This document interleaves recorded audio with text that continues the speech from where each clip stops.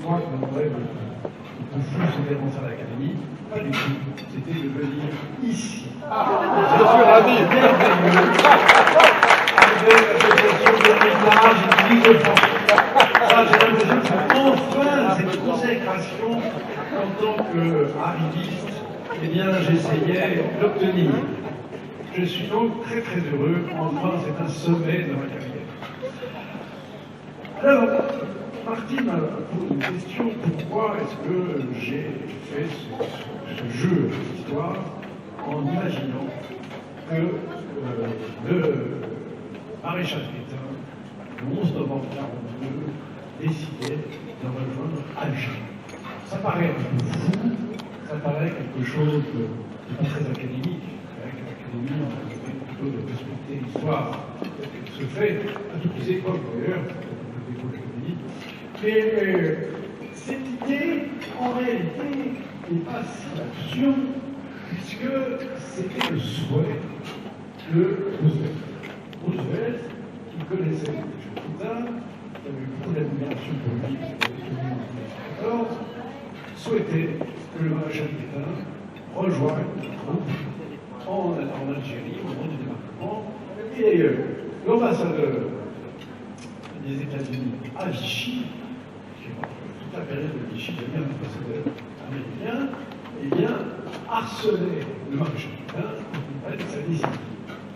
Et très curieusement, j'ai eu cette confirmation de cette idée qui paraît aujourd'hui un peu folle dans un article commentaire qui reproduisait un texte de Raymond Aron. Et Raymond Aron, dans un livre que je commande, qui est sorti il y a 2 mois dans la République, qui a été publié par la France Libre, et un texte qui s'appelle La France de 1940 à 1945, un texte d'une dizaine de pages, qui a une particularité, c'est que Raymond Aron n'évoque pas le nom du général de Gaulle. C'est curieux, par exemple, côté, je considère que Raymond Aron était à Londres. Et deuxième chose un peu bizarre, Frédéric Mitterrand, c'est qu'il se montre que cette pratique est favorable à l'armistice. Et vous savez, il veut exécrer l'armistice. Et enfin, il dit que la seule solution pour la réconciliation en France, c'était que le maréchal Pétain prenne l'avion le 11 novembre 1942 et rejoigne les Américains du Nord. Ça aurait évité une forme de guerre civile. Et d'ailleurs, le maréchal Pétain a proposé à De Gaulle, en 1944, par l'intermédiaire du amiral Offrand, a proposé, pour éviter la guerre civile, de l'introniser, de lui confier le pouvoir. Et De Gaulle a haussé les épaules en disant quelle guerre civile. Quelle guerre civile a connu 60 millions de travaux de déclaration. Alors, si vous voulez, mon livre est beaucoup moins sérieux que je le dis, disons, j'ai essayé de jouer avec l'histoire. Pourquoi j'ai voulu jouer? Parce que c'est une histoire complètement folle. Cette histoire est tragique, bien entendu, depuis l'époque de 40 à 45, elle est tragique et en même temps, elle est complètement démente. Quand on voit, par exemple, ce qui se passait dans la résistance, qu'on voyait Tastier de la Belgique, le grand résistant qui a fumeur d'opium, qui fumait de l'opium avec le jeune Kessel, et qu'il y a eu des altercations absolument effroyables entre Jean Moulin et Pierre Brossolette, qu'un jour, ça démontait mal de cette altercation, ça en 1942, vous voyez, que Jean Moulin a baissé son pantalon, a montré ses fesses à Pierre Brossolette, et voilà comment je le considère. C'est complètement fou. C'est une époque délirante, à la fois sur le plan amoureux, on voit des tas de choses à cette époque, les gens pouvaient avoir un peu sérieux, pas du tout. On voit Gaston Paléski réellement passer son temps à trouver des dames de la démocratie anglaise. Voilà. Alors, le seul homme qui a un peu rigoureux dans ce domaine, c'est le général de Gaulle, qui détestait tout ce qui pouvait ça. apporter beaucoup de puissance, extrêmement rigide. C'est pour ça que, quand même, j'ai essayé, moi, de changer un peu le cours de l'histoire, en entrant dans une scène. S'il vous plaît, Jean-Marie, qu'est-ce qui s'est passé dans cette scène où le général de Gaulle rencontre la Valkyrie et comment avez-vous décidé de vous en sortir? Alors, pour expliquer cette scène, le général de Gaulle, dans cette fiction, donc j'imagine, il a fait un aviso au Churchill avec une équipe, et ils vont en Russie, il rencontre Staline, et là, Staline le reçoit, très difficilement, parce que Staline est passionné de cinéma, donc il le reçoit à 4 h du matin, il lui fait voir 3 films avant de parler avec lui. Et Staline va employer une méthode qui est très utilisée par les soviétiques. C'était utiliser des espionnes. Et là, il va essayer de mettre dans les bras de ces hommes une femme qu'il appelle Kirghiz. Et c'est vrai que c'est quelque chose qui a été très courant.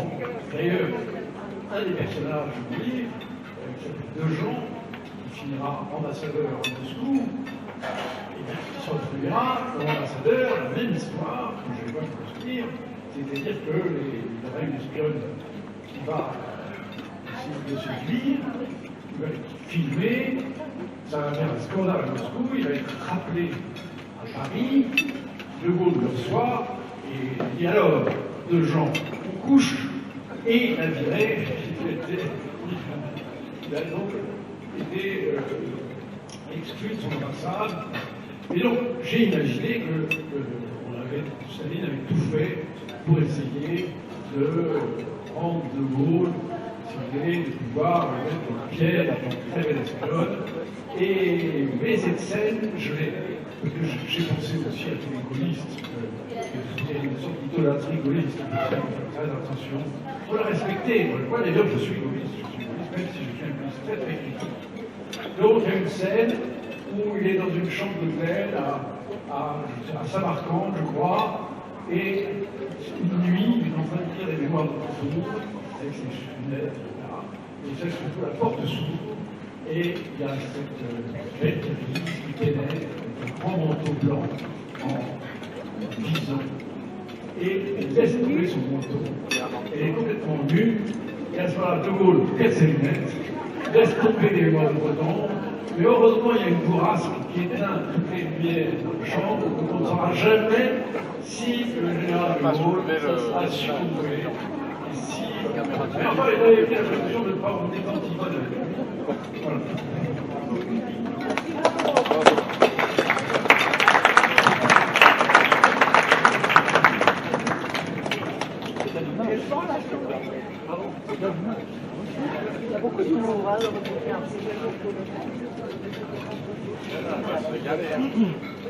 Voilà. J'essaie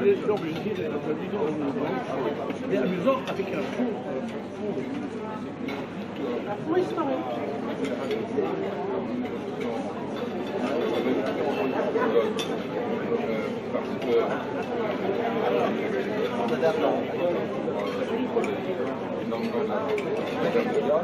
Ce serait battu actuel par une belle colonnaire. Pourquoi?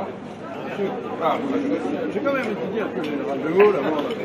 Vous la première sortie, parce qu'on a des enjeux, je crois. Il y avait une princesse polonaise, ce qui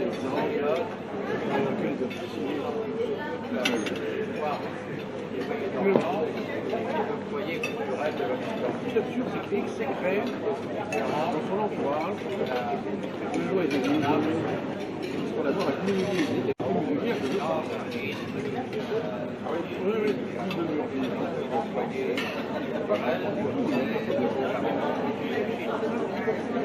Il a quand même pris la croix de joie qui était de Mussolini.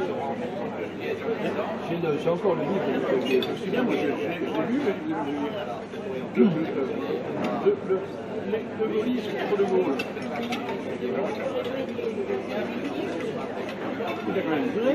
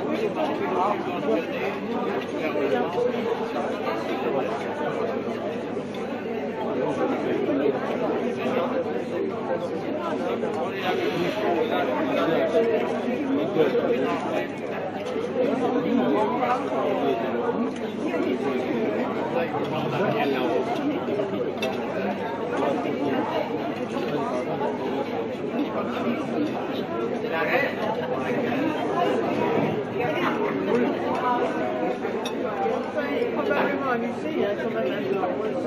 Vous avez un tel passé que...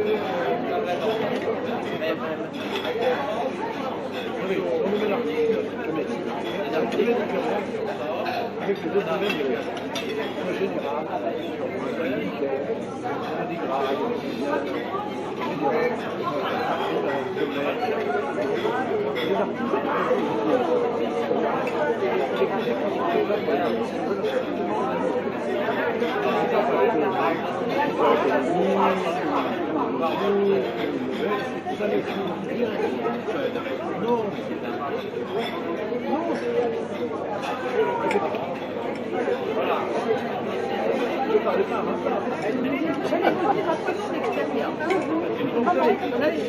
Quand j'ai été élu avec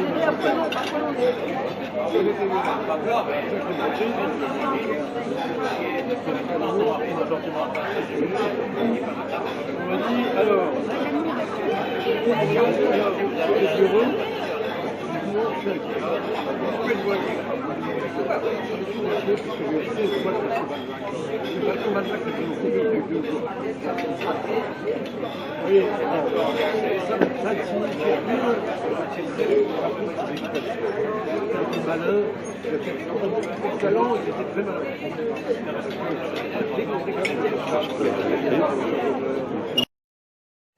Et donc, les 4 poésies que j'ai voulu nous proposer, c'est le loup et le chien, la métière et le potelet, le lièvre, la tortue, et le corbeau et le renard.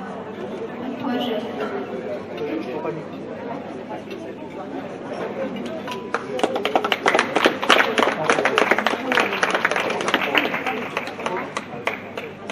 Merci Richard de nous accueillir, Martine, Nicolas. Cette année, nous allons fêter les 400 ans de La Fontaine, né le 8 juillet 1621 à Château-Thierry.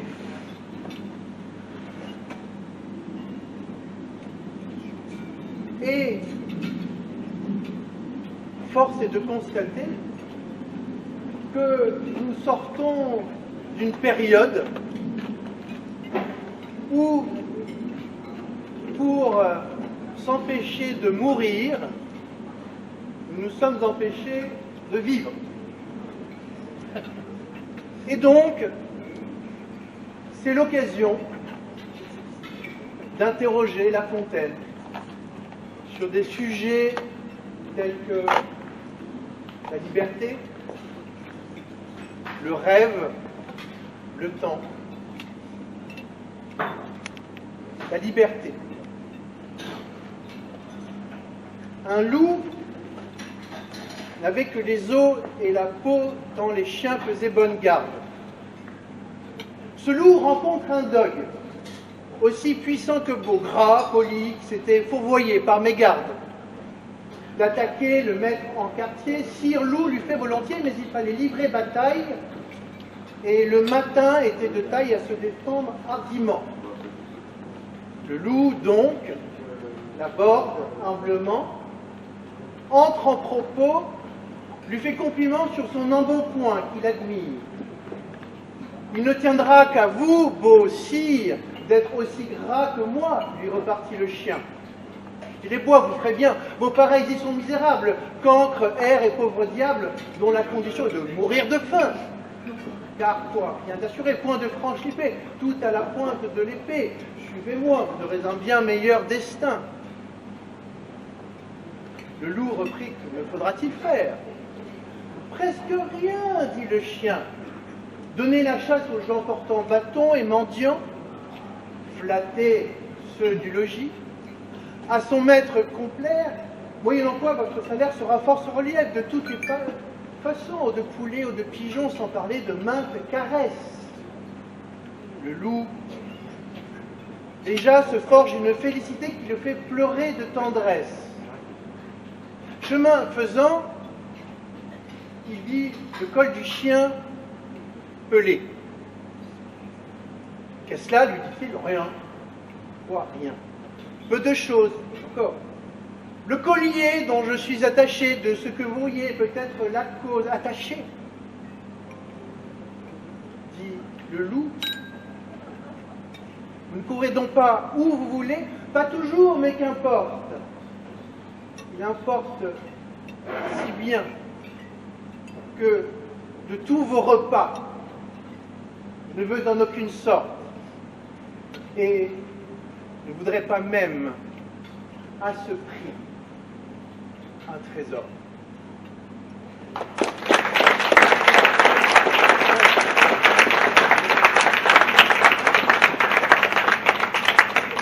Alors, pour ceux qui connaissent la fable, la suite, cela dit, Maître Loup s'enfuit et court encore. On est en droit de se poser la question.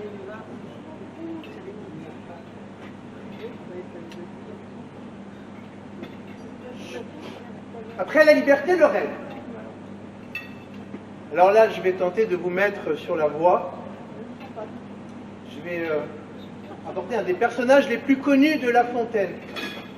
Il s'agit d'une femme, jolie, je ne sais pas, jeune peut-être, qui habite la campagne, qui travaille dans le lait.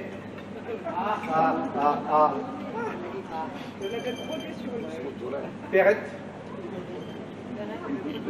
Et avant de commencer la fable de Perrette, je vais ouvrir une petite parenthèse sur son rêve. Alors, vous savez tous qu'elle va faire un rêve éveillé. Elle va imaginer tout ce qu'elle va pouvoir faire avec le prix de son lait. Elle va faire des plans, je dirais aujourd'hui, elle va faire des plans sur la comète, Perrette. Et donc la première chose qu'elle va imaginer, elle va imaginer qu'avec le prix de son lait, elle va imaginer qu'elle achète un 102. Alors, j'étais renseigné auprès de ma laitière à moi, ma laitière à moi, la fromagère. Et en effet, les gens à l'époque achetaient leurs œufs par 100. Enfin, il y avait un panier adapté pour cette quantité. Donc jusqu'ici, tout va bien. Mais dans la suite de son rêve, elle va imaginer que chaque œuf va faire triple couvée. Alors, j'ai déjà vu un œuf avec 2 jaunes, des jumeaux, mais alors un œuf avec 3 jaunes, des triplés, moi je ne l'ai jamais vu, je ne sais pas vous. Donc Perrette imagine déjà 100 x 3, 300 coups. Perrette, sur sa tête, ayant un pot au lait bien posé sur un coussinet, prétendait arriver sans encours à la ville. légère et convêtue, elle allait à grands pas, ayant mis ce jour-là, pour être plus agile, cotillon simple et souliers plats. Notre laitière, ainsi troussée, comptait déjà dans sa pensée tout le prix de son lait. En employait l'argent. Achetait un cent d'œufs. Faisait triple couvée. La chose allait à bien par son soin diligent. Mais il était facile d'élever des poulets autour de ma maison. Le renard sera bien habile s'il m'en laisse assez pour avoir un cochon. Le fort à s'engraisser coûtera peu de son. Il était convenu de grosseur raisonnable, j'aurai le revendant de l'argent bel et bon, et qui m'empêchera de mettre en notre état, vu le prix dont il est, une vache et son veau que je verrai sauter au milieu du troupeau. Perrette, là-dessus, saute aussi transporter le laiton. Adieu. Oh, vache, la dame sait bien que dans un œil Marie, sa fortune ainsi répandue, va s'excuser à son mari en grand danger d'être battu. Je répète, va s'excuser à son mari en grand danger d'être battu. Autre temps, autre mœurs, le récit en farce, en fut fait, on l'appela. Le pot au lait. Quel esprit ne bat la campagne? Qui ne fait châteaux en Espagne? Picropole, Pyrrhus, la laitière, enfin tous. Autant les sages que les fous. Chacun songe en veillant. Il n'est rien de plus doux. Une flatteuse erreur emporte alors nos âmes. Tout le bien du monde est à nous. Tous les honneurs des femmes. Quand je suis seul, je fais au plus brave un défi. Je m'écarte, je vais détrôner le Sophie. On m'élit roi, mon peuple même. Les diadèmes vont sur ma tête pleuvant. Quel accident fait-il que je rentre en moi-même, je suis Grosjean comme devant.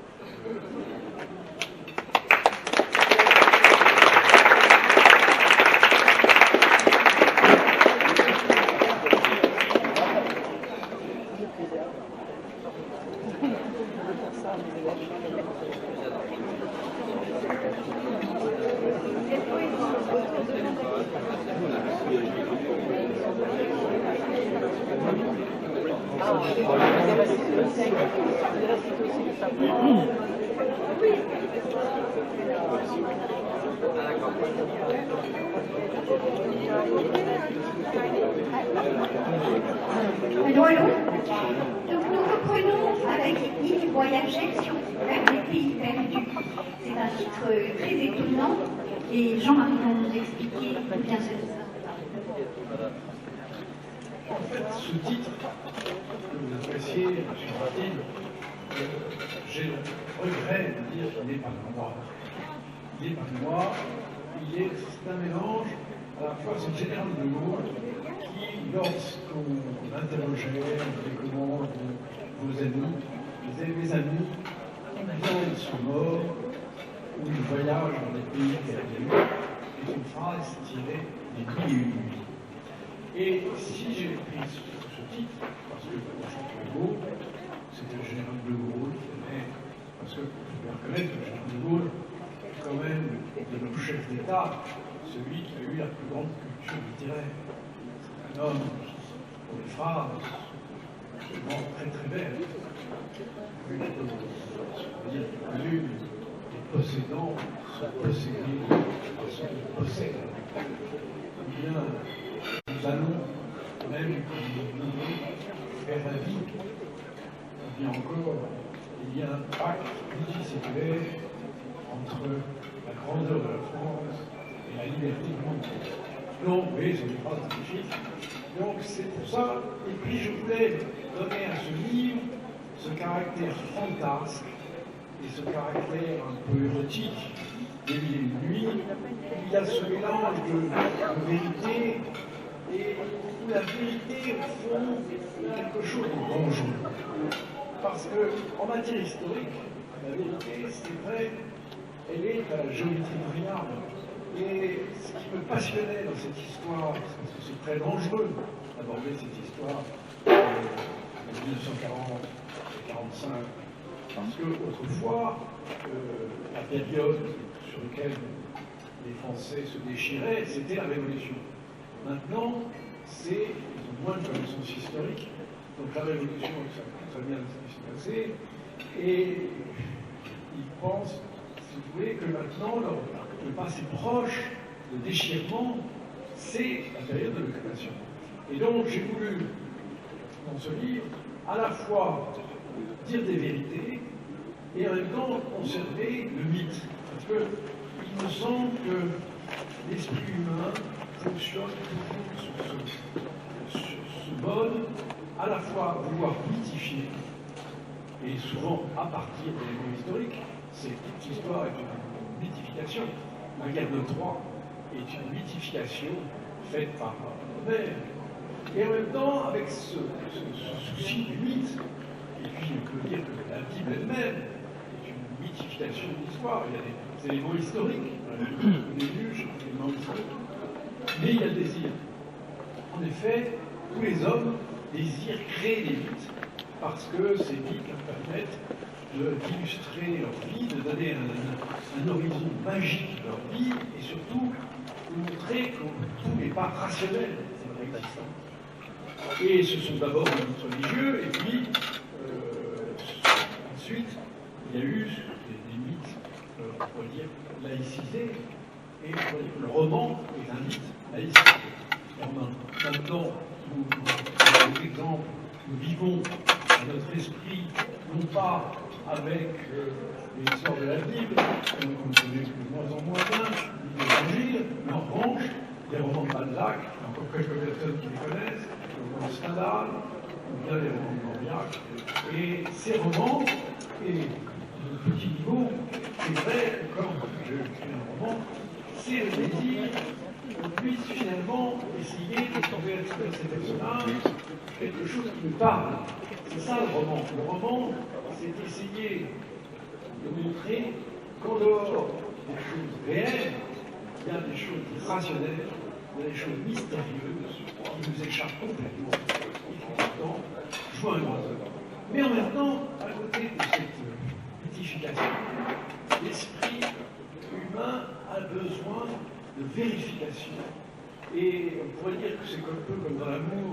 Vous savez, le personnage de Proust, Swann, qui tombe amoureux d'une femme, il passe son temps à l'idéaliser, à l'aide de Crécy, il idéalise, il la rêve, et puis, finalement, au bout d'un certain temps, il rentre dans la vérification. Il y a vérification maintenant, bien sûr, il continue de tromper. C'est vraiment, ça fait partie du mouvement humain, c'est de vouloir modifier et en même temps de vouloir vérifier la réalité. Et ce qui était passionnant dans cette époque de l'occupation, c'était de pouvoir finalement contextualiser. Parce que je crois que la grande erreur, et j'ai eu l'occasion de le dire dans un discours à l'Académie sur la coupole sur Napoléon, toutes les erreurs que nous commettons en matière historique, c'est par l'absence du contexte. Nous sommes dans l'idéologie, et ça c'est vrai. Nous connaissons trop bien l'idéologie et pas assez bien l'histoire. En réalité, quand on se retourne dans cette période, on est plus nuancé. On voit comment les gens ont vécu, comment ils ont souffert, comment leur choix était souvent très difficile. Et il me semble que vraiment, voir l'histoire comme une sorte d'idée, c'est passé complètement à côté de l'histoire, parce que c'est une histoire très humaine et il y a beaucoup d'éléments de hasard qui interviennent quand on voit tous les hasards qu'il a fallu pour que Ducheux, par exemple, soit fusillé, pour avoir tous les hasards qui ont fait que les principaux héros ont réussi comme Jean Moulin, c'est vraiment toute une suite extraordinairement hasardeux. Voilà, donc c'est ce que j'ai essayé de faire dans ce livre, c'était de contextualiser, d'essayer de montrer, non pas avec des a priori idéologiques, mais avec une sorte d'affection pour tous les personnages qui ont eu à vivre des périodes extrêmement difficiles.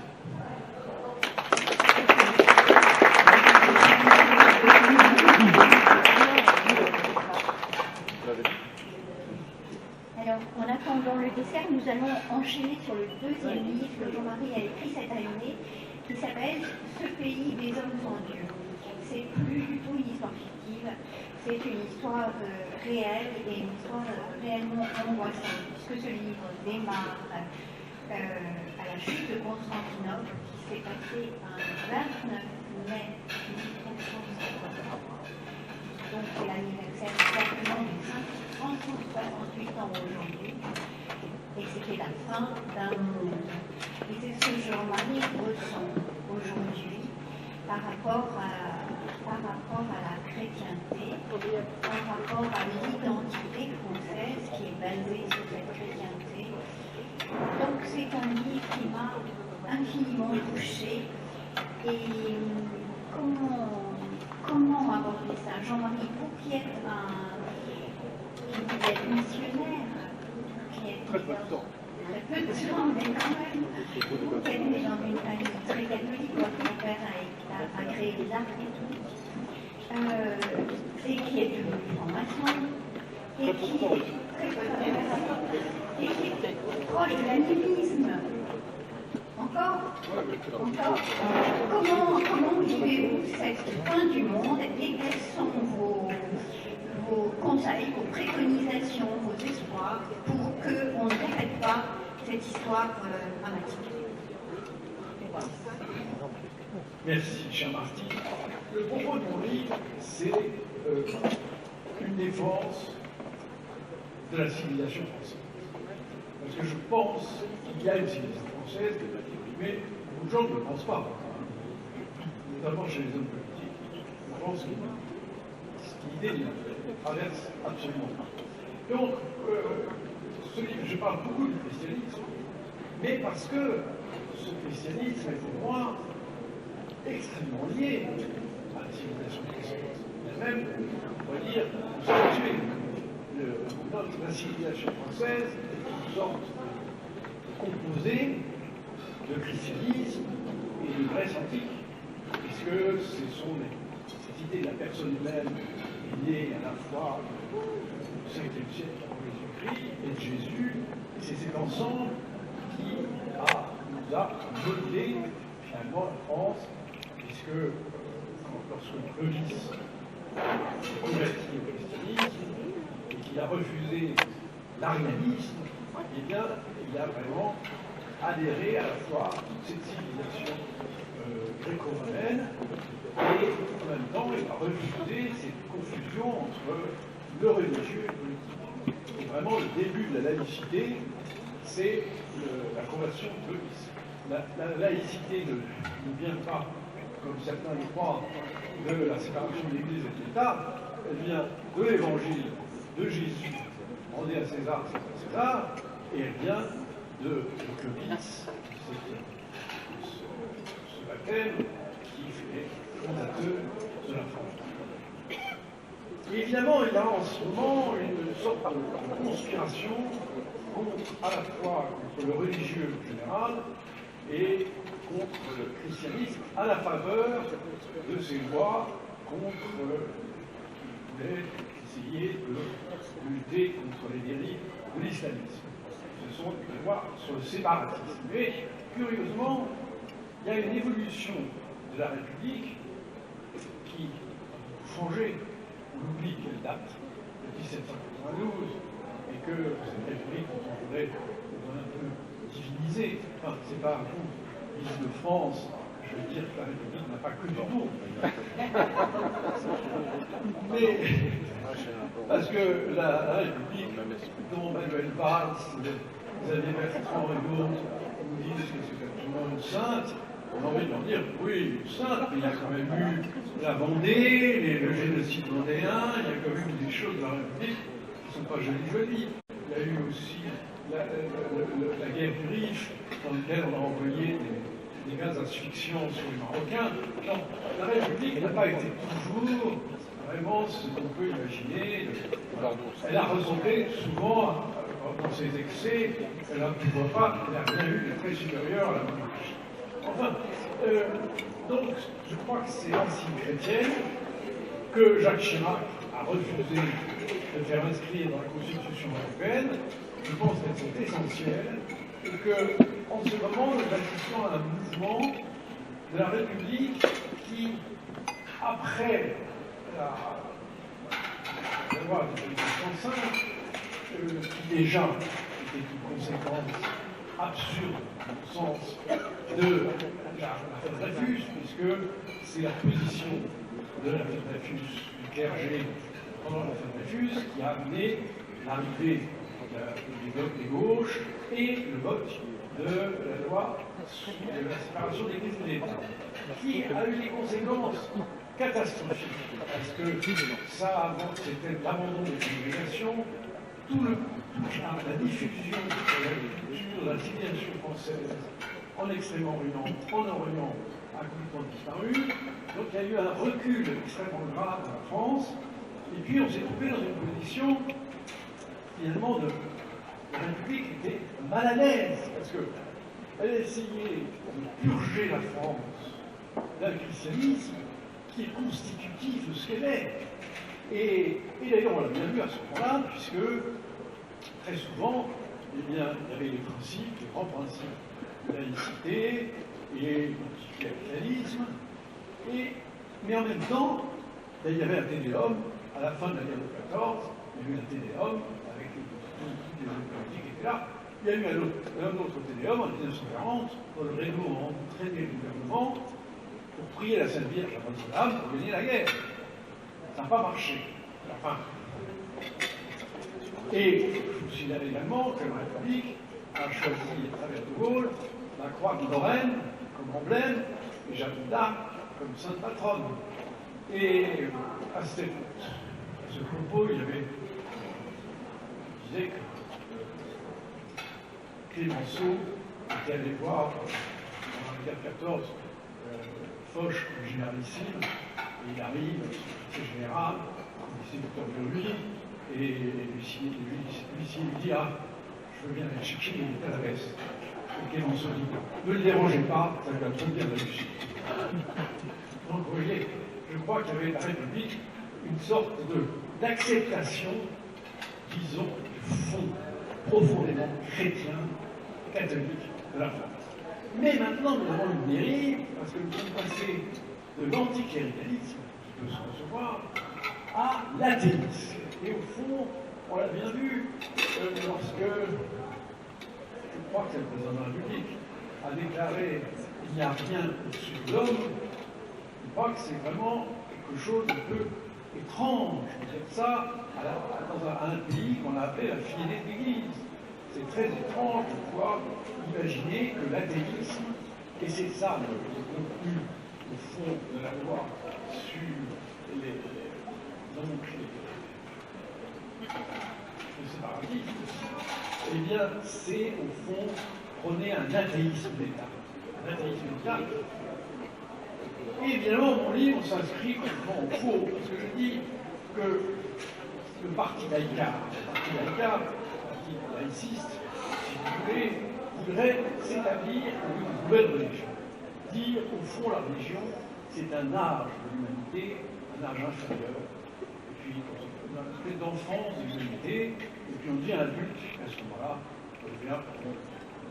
on chasse cette idée sur cet obscurantisme, et on adhère à ces idées de Staline, l'opium du peuple. C'est l'opium du peuple, c'est uniquement pour essayer d'égarer le peuple et ne pas lui faire voir les réalités sociales.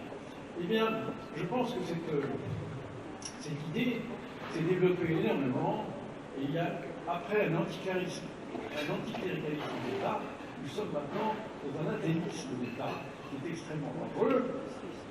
Et on peut se dire que finalement, c'est Napoléon qui avait raison. Parce que quand on voit les bienfaits du Concordat qui existe, et encore aujourd'hui, le Concordat existe en Moselle et en Alsace, et avec, tenez-vous bien,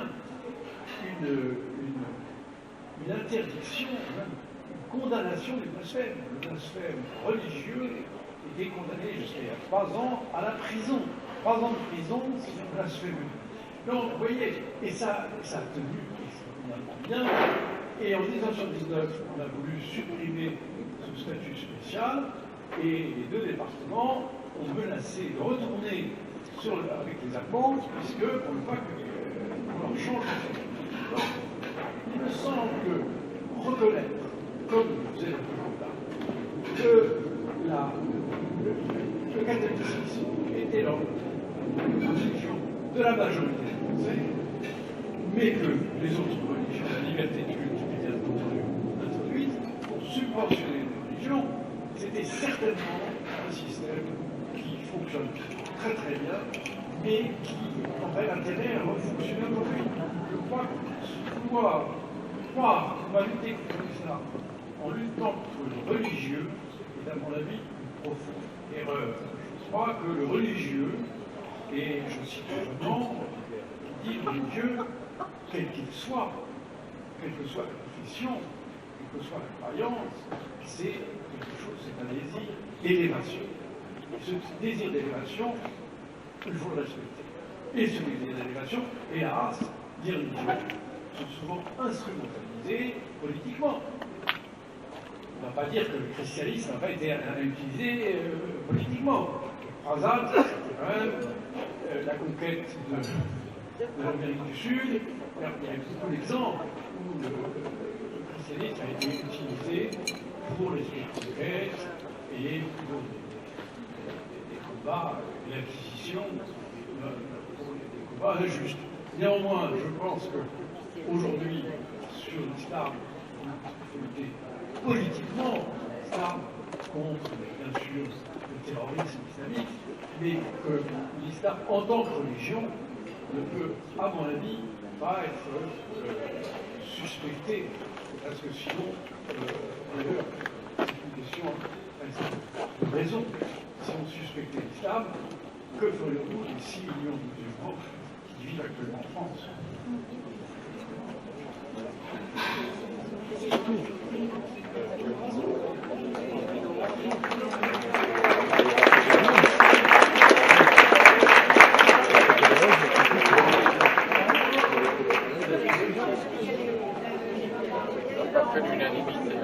Jean-Marie, vous parlez d'une conspiration contre la civilisation française. Est-ce que vous pouvez nous expliquer un peu davantage ce que vous voulez dire par cette conspiration? Alors, désolé, on aborde des sujets beaucoup plus ennuyeux. Alors, la civilisation française, à mon sens, mais c'est ce qui explique d'ailleurs que beaucoup d'écrivains soient venus à la France, se soient convertis à l'idée de la France. Parce que la France, c'est quand même avant tout une idée. C'est un territoire, c'est une histoire, c'est une idée. D'ailleurs, c'est drôle. Et dans cette idée, je pense que Romain Gary, par exemple, qui était à la fois russe, juif, s'est converti en France, il a chanté comme la France. Ça a été le cas également de l'UNESCO, de Sioran, de François Chen en Chine, aujourd'hui, Lamine Malouf en Planète. Donc, tous ces hommes, pourquoi sont-ils venus en France? Pourquoi ont-ils éprouvé le besoin de venir en France? Et je veux dire, c'est curieusement, je crois que la liberté, cette idée de la liberté, parce qu'en France, l'associée à la liberté, date des Lumières et de la Révolution. Eh bien, je veux dire, c'est faux. C'est faux parce que, et ça, personne ne le dit, et peu de gens le savent, c'est que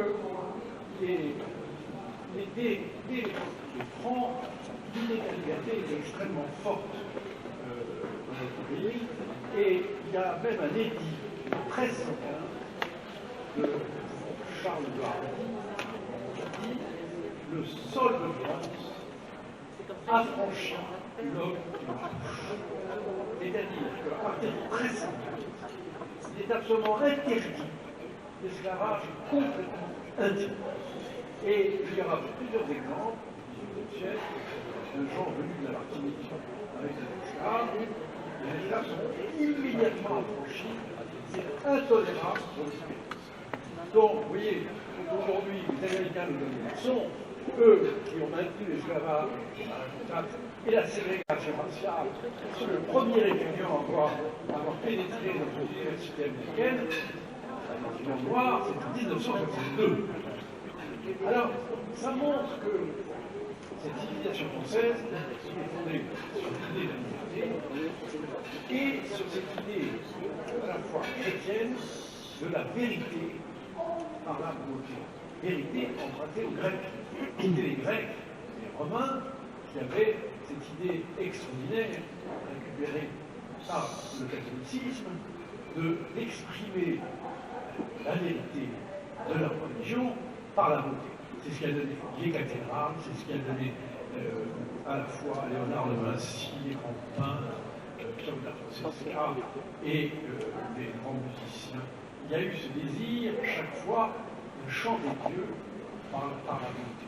Et cette formidable explosion artistique qui a accompagné le christianisme sur le plan littéraire, sur le plan musical, il faut bien reconnaître que, évidemment, d'une certaine façon, Vatican II a donné un coup un peu mortel, puisque à ce moment-là, le catholicisme a perdu beaucoup de son merveille. Il y a eu, là je fais une analyse dans ce livre de Vatican II, je pense qu'il y a eu une rupture avec Vatican II, et autrefois c'était le spirituel qui irriguait le temporel, et on a assisté à l'inversion, c'est le temporel qui a contaminé le spirituel. Et au lieu d'acclamer dans les églises aujourd'hui, souvent, hélas, il y a des exceptions, mais c'est vrai qu'on entend le prêtre qui n'est plus sur sa chair. Vous allez dans une mosquée, l'imam est sur comment En hauteur. Comment ça s'appelle? Je ne sais plus comment on appelle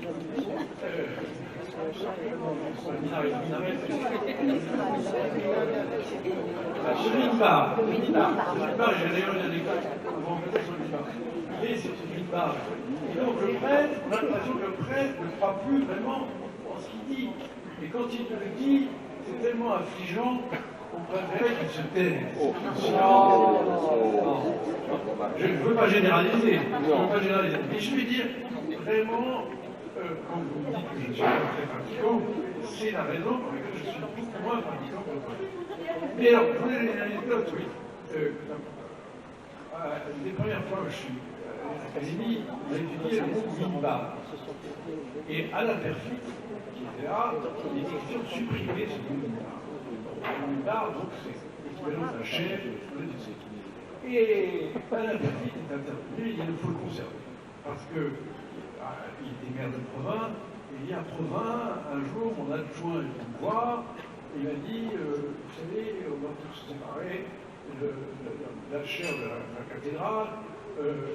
Pourquoi? Parce que quelqu'un veut l'acheter. Ah bon, pourquoi vous voulez l'acheter? Il veut l'acheter pour en faire un mini-bar. Et donc, Alain Perfit a dit, il faut garder ce mot parce que ça pourra toujours servir. La preuve, il peut en parler. Donc, cette civilisation française, je ne peux pas développer, j'ai eu l'occasion de la décrire plus longuement dans la livre qui s'appelait Adieu à la France qui s'en va. C'est une civilisation qui est particulière et qui exprime très curieusement, on peut la définir par rapport notamment à la conception américaine qui est de vouloir imposer au monde entier un modèle de civilisation. Les Américains souhaitent imposer le Coca-Cola, le machin, la façon de vivre, leur habitude,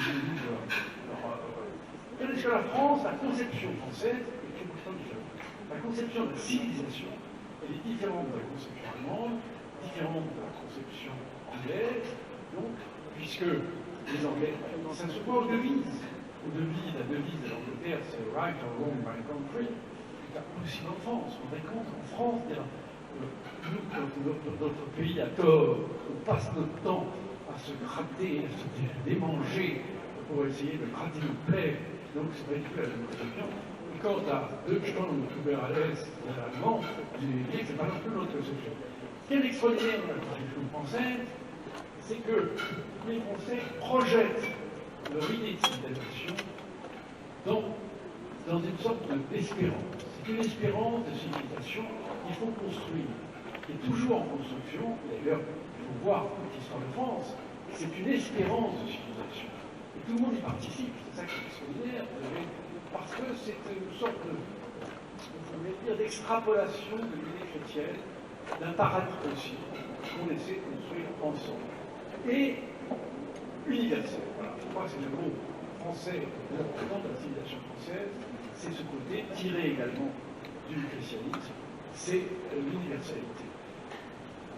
Et c'est ce qui explique qu'autant de gens dans le monde soient attachés à la France. C'est pas seulement être dans un pays avec de beaux paysages, des gens très sympathiques, enfin, étaient très amusants. Ils sont de moins en moins amusants, mais en tout cas, ce qui concerne les écrivains, parce que autrefois ils étaient extrêmement légers, maintenant ils sont beaucoup plus sérieux. Jean-François Revel disait que ce sont des Allemands. Enfin, c'est vrai qu'il y a plus cet esprit français de Sacha Guitry et de Molière, qui a beaucoup disparu. Bravo.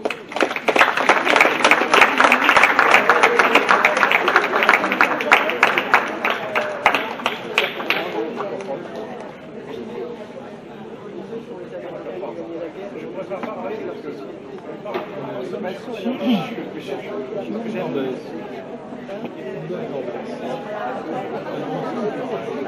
Est-ce que t'embêtes? Ah oui? La consommation. On veut ça peut être remplacé par qui? Forcément une bonne chose.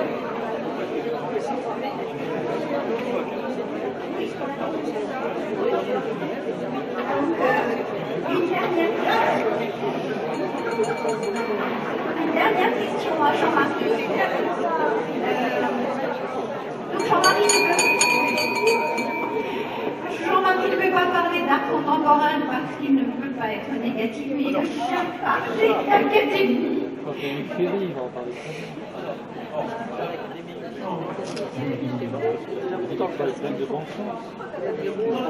Moi, je ne peux parler que dans l'administration. Et je ne connais rien de l'art contemporain, je ne veux pas dire je ne connais pas. Mais bon, ceci, peut-être vous voulez que je parle de l'académie. Oui. Bon, je raconte quelques anecdotes. Oui. Voilà. Quelques indiscrétions. Alors, vous savez, j'ai eu beaucoup de mal à faire l'Académie française. C'était quand même. Mon but dans la vie, c'était de venir ici. Mais avant, c'était l'Académie française. Et donc, je me suis beaucoup battu pour entrer, et c'est un parcours extrêmement difficile. Enfin, j'ai réussi à être élu plus jeune, très jeune. J'avais commencé, comme on dit bien, plus jeune courte. Et alors, c'est vrai que j'ai beaucoup de choses à raconter autour de l'Académie. Peu de choses drôles, parce qu'après, ce qui est merveilleux dans l'Académie, c'est surtout en montant l'escalier. Vous savez, dans un autre domaine, c'est là, c'est merveilleux quand on rêve dans l'Académie. Quand on y est, c'est pour nous perdre de rouge. Enfin, c'est vrai que j'ai fait une très longue campagne, que j'ai fait en 66 fois. Et alors un jour, je vais voir un homme remarquable, qui s'appelait Jean Guitry, un grand catholique, un grand catholique. Et avant d'aller le voir, j'avais un de mes amis, un qui s'appelait Pierre Manot, j'ai lu, excellent écrivain. Et Pierre Manot m'avait donné des antisèches. Et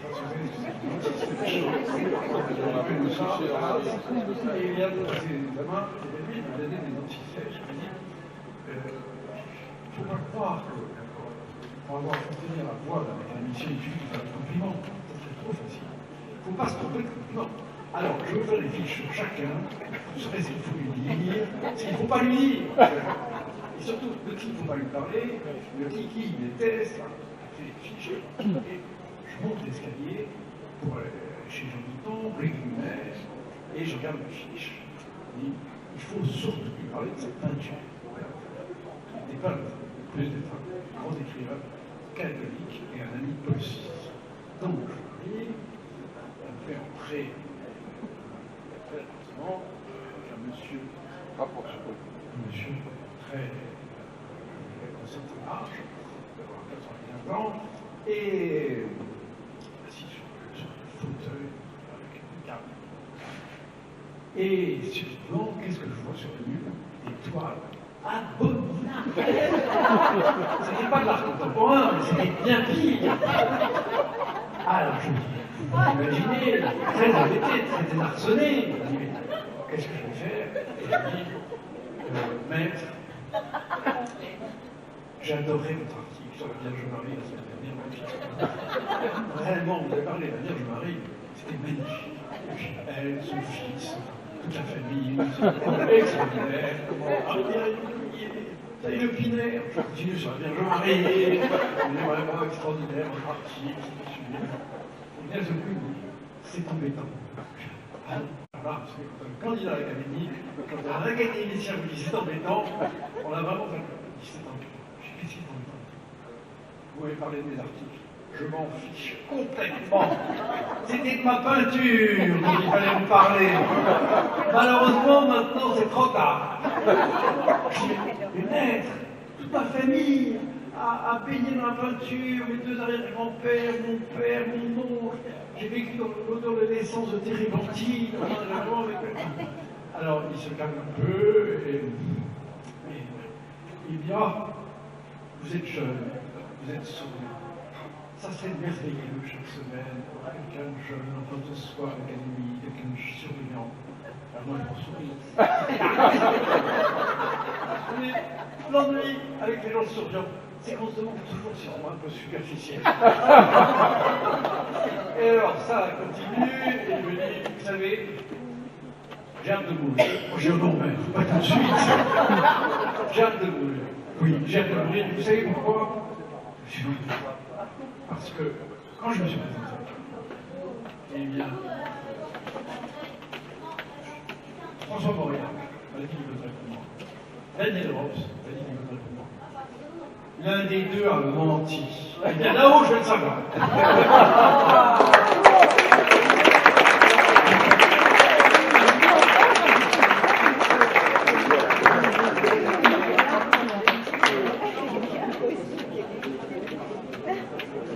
Suivre le sens de vent, c'est se condamner à destin de feuilles mortes.